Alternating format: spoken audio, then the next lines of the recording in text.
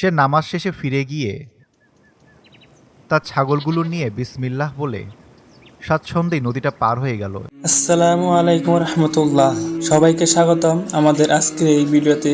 আজ আমরা শেয়ার করব একটি শিক্ষণীয় গল্প, যা বিসমিল্লাহর বরকত ও আল্লাহর উপর ভরসা নিয়ে। এই গল্পটি আমাদের জীবনে আল্লাহর প্রতি বিশ্বাস ও ভরসার গুরুত্ব তুলে ধরবে। তাহলে চলুন শুরু করি। একটি গ্রামে এক রাখাল তার ছাগলগুলো নিয়ে বের হয়েছিল। ছাগলগুলোকে ছেড়ে দিয়ে সে মাঠের এক কোণায় বসে রইল। তার খুব দুশ্চিন্তা হচ্ছে। এমনিতেই বৃষ্টিপাত হচ্ছে না, তার উপরে গ্রামের বেশিরভাগ জায়গার ঘাসগুলো গরু ছাগলেরা খেয়ে ফেলেছে, যার কারণে তার এবং গ্রামবাসী গরু ছাগলেরা ঠিকমতো খেতে পারছে না। একদিন সেই লোকটি তার ছাগলগুলো নিয়ে পাশের আরেকটি গ্রামে চলে গেল। সেখানেও প্রায় একই অবস্থা, কিন্তু সে খেয়াল করল নদীর ওই পাশে তাজা ঘাস দেখা যাচ্ছে, কিন্তু নদীর স্রোত এতই বেশি যে ছাগলগুলো নিয়ে সেখানে যাওয়া প্রায় অসম্ভব। সেদিন ছিল জুম্মার দিন। রাখাল তার ছাগলগুলোকে বেঁধে রেখে জুম্মার নামাজ আদায় করতে গেল। সে সময় খুতবা চলছিল। মসজিদের এক আলেম বয়ান করছিলেন। যে কোনো কাজের শুরুতে বিসমিল্লাহ বললে তার যে কতটা বরকত হয়, এটা নিয়ে তিনি বয়ান করছিলেন। ওই এলাকায় এটি ছিল রাখালের প্রথম জুম্মা। আলেমের এই কথাটি তার বেশ মন জয় করে ফেলল। সে নামাজ শেষে ফিরে গিয়ে তার ছাগলগুলো নিয়ে বিসমিল্লাহ বলে স্বাচ্ছন্দ্যেই নদীটা পার হয়ে গেল। এভাবে সে প্রতিদিন একই কাজ করতে থাকল। তার ছাগলগুলো অন্যদের ছাগলের তুলনায় বেশ মোটা তাজা এবং স্বাস্থ্যবান হয়ে গেল।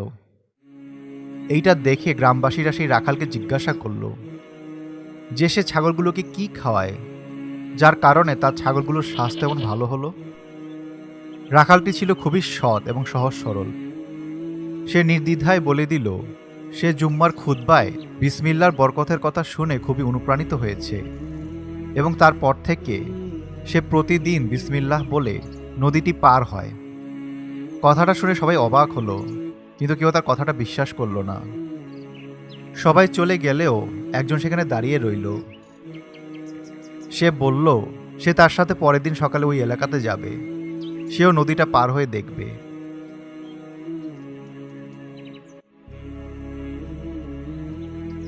পরের দিন সকালে রাখালের সাথে সেই লোকটিও গেল।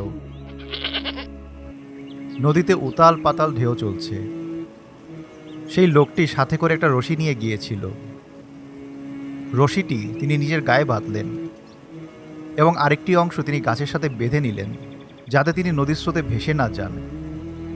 এবং ভয়ে ভয়ে বিসমিল্লাহ পড়ে যেই না তিনি নদীতে পা দিলেন, তখনই তিনি পিছলে পড়ে গেলেন। নদীর স্রোত তাকে টেনে নিয়ে যেতে লাগলো, কিন্তু তার শরীরটা রশি দিয়ে বেঁধে থাকার কারণে সে কোনোভাবে রক্ষা পেল। এটা দেখে রাখাল বেশ অবাক হলো, কেননা এমনটি হবার কথা নয়। রাখাল নিজে বিসমিল্লাহ পড়ে তার ছাগলগুলোকে নিয়ে নদীর ওপারে চলে গেল। তাদের কোনো সমস্যা হলো না। এটি দেখে লোকটি অবাক হয়ে চেয়ে রইল। রাখাল ছাগলগুলোকে নদীর ওই পারে রেখে আবার ফিরে এসে লোকটিকে বলল, ভাই, আমি তোমার ঘটনাটা নিয়ে বেশ চিন্তিত ছিলাম, কিন্তু যখন ছাগলগুলোকে নদীর ওপারে রেখে আবার ফিরে আসলাম, তখন আমার মাথায় একটি চিন্তা এলো। আমি মনে হয় তোমার সমস্যাটা ধরতে পেরেছি। কি সমস্যা বলো তো ভাই? রাখাল দড়ি দিয়ে বাঁধা গাছের দিকে ইশারা করে বলল, ভাই, এই রশিটাই তোমার সমস্যা। এই রশিটাই তোমার বিসমিল্লাহর বরকত নষ্ট করে দিয়েছে। কেননা তোমার বিসমিল্লাহ এবং আল্লাহর চেয়ে এই রশিটার উপরে ভরসা বেশি ছিল, যার কারণে আল্লাহ তাআলা তোমার দায়ভার এই রশির উপরেই ছেড়ে দিয়েছেন, আর যা হবার তাই হলো। সেই জুম্মায় মৌলভী সাহেবের বিসমিল্লাহ বরকতের খুতবা আমার অন্তরে গেঁথে গিয়েছিল, যেটা আমি অন্তরে ধারণ করেছিলাম, আর আল্লাহ তাআলা সেটার মান রেখেছেন। কিন্তু তুমি বিসমিল্লাহ বললেও তোমার ভরসাটা ছিল দড়ির উপরেই, যার কারণে যা হবার তাই হলো।